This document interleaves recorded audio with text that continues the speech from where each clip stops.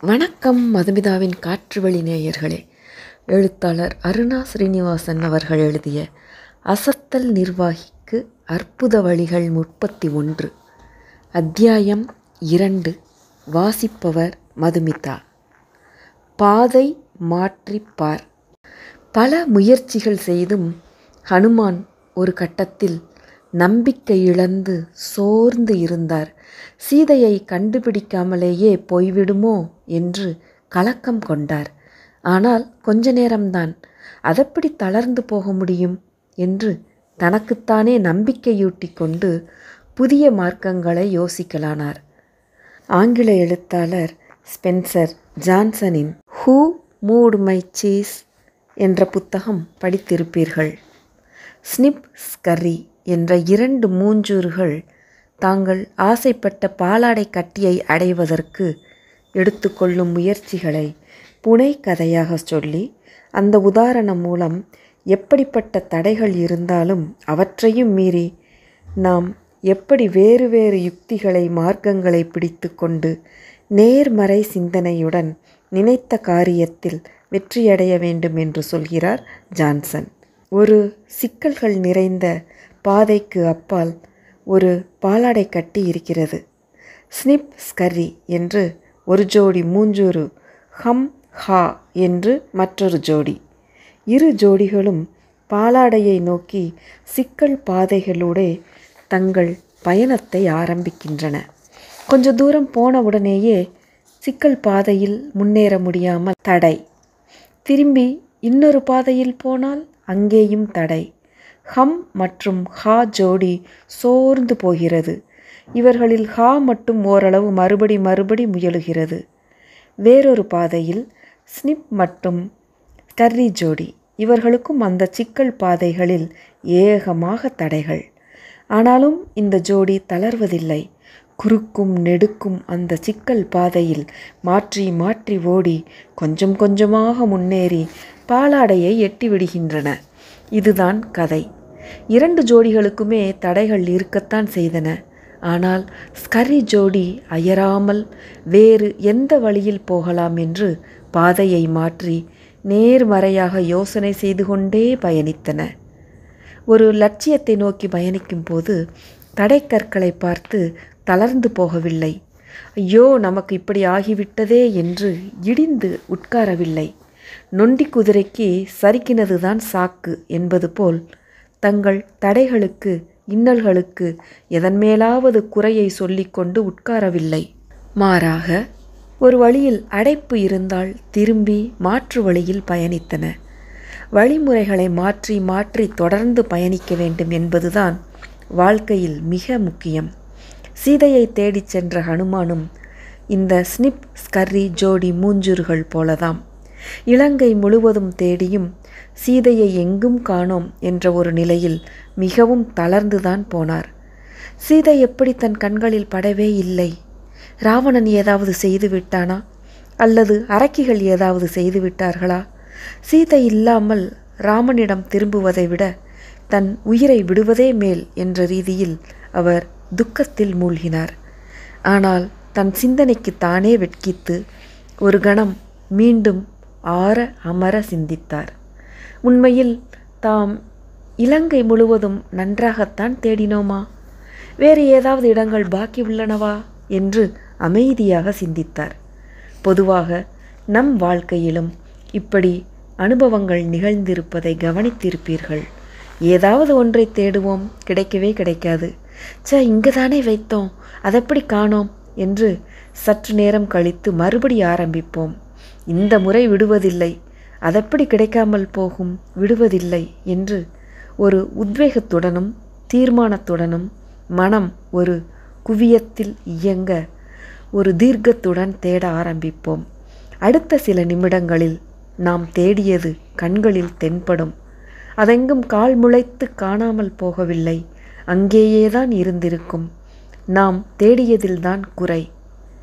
சீதையை காணாமல் ஒரு மரத்தின் மீது விசனத்துடன் உட்கார்ந்திருந்த ஹனுமான் மறுபடியும் ஒரு உறுதியுடன் யோசிக்கலானார். தான் இருந்த உயரமான இடத்திலிருந்து இலங்கையை மீண்டும் ஒரு நோட்டம் விட்டார். எல்லா இடத்தையும் தேடினோமா? எங்கே விட்டோம்?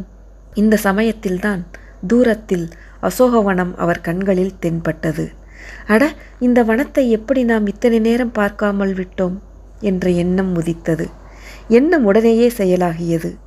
என்ன அழகான தோட்டம்! தென்றலில் அசையும் பூக்களும், சலசலவென்று ஓடும் நீரோடையும், குளிர்ந்த மரங்களும் பறவைகளும்.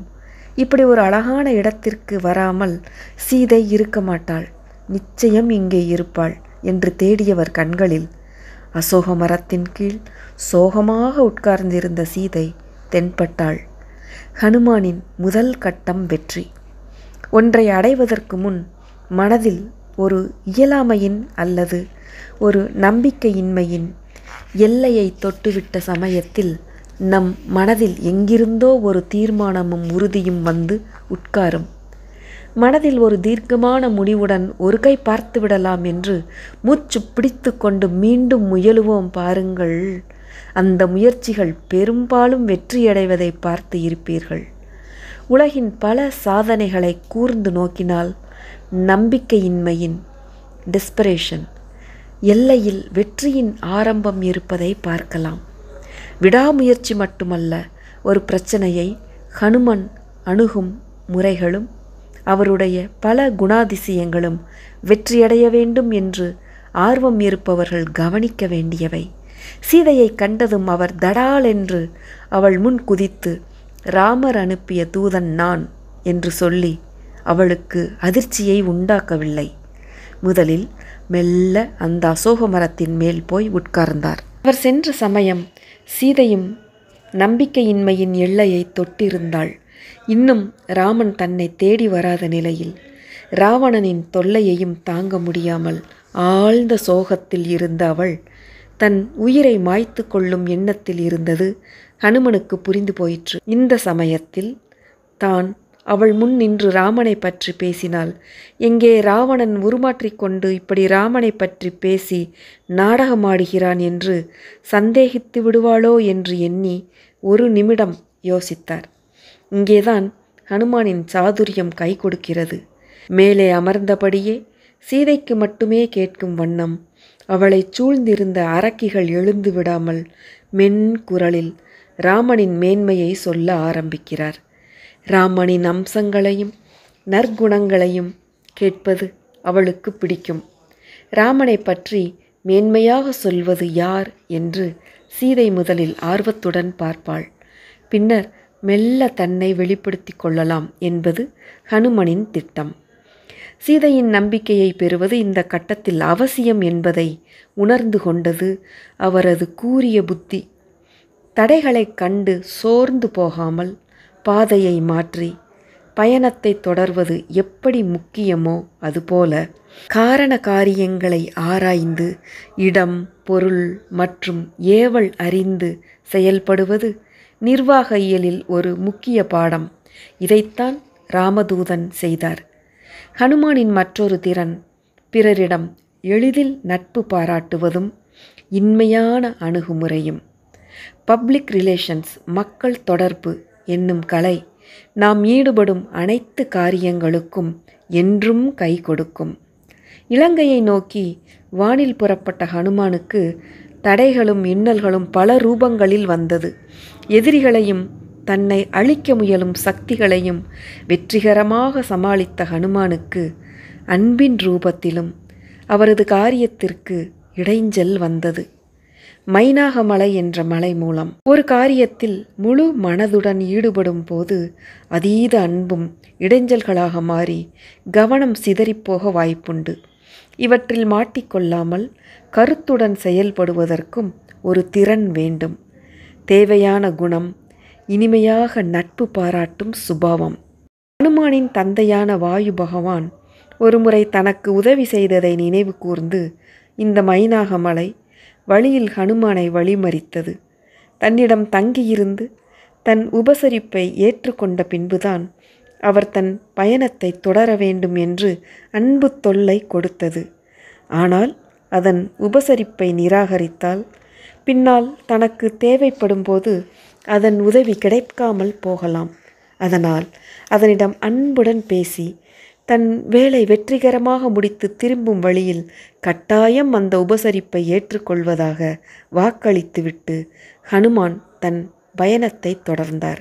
அதேபோல் இலங்கைக்கு ராமனின் தூதனாக செல்லும் வேளை அவரிடம் ஒப்படைக்கப்பட்டிருந்தாலும் புறப்படும் முன் தன் சகாக்களை கூட்டி வைத்து கொண்டு ஒவ்வொரு திட்டத்தையும் அவர்களிடம் கலந்தாலோசித்து முடிவெடுக்கும் ஹனுமானின் அணுகுமுறை இந்த காலத்தில் குழு சார்ந்த வேலை டீம் ஒர்க் என பரிந்துரைக்கப்படுகிறது. இப்படி ஹனுமானின் செயல்திறனை எந்த கோணத்திலிருந்து பார்த்தாலும் தற்கால வேலை சூழலுக்கும் பொருந்தும் வகையில் ஒரு பாடம் இருக்கும். அத்தியாயம் 2 நிறைவு பெற்றது. அத்தியாயம் 3 சந்திப்போம். நன்றி, வணக்கம்.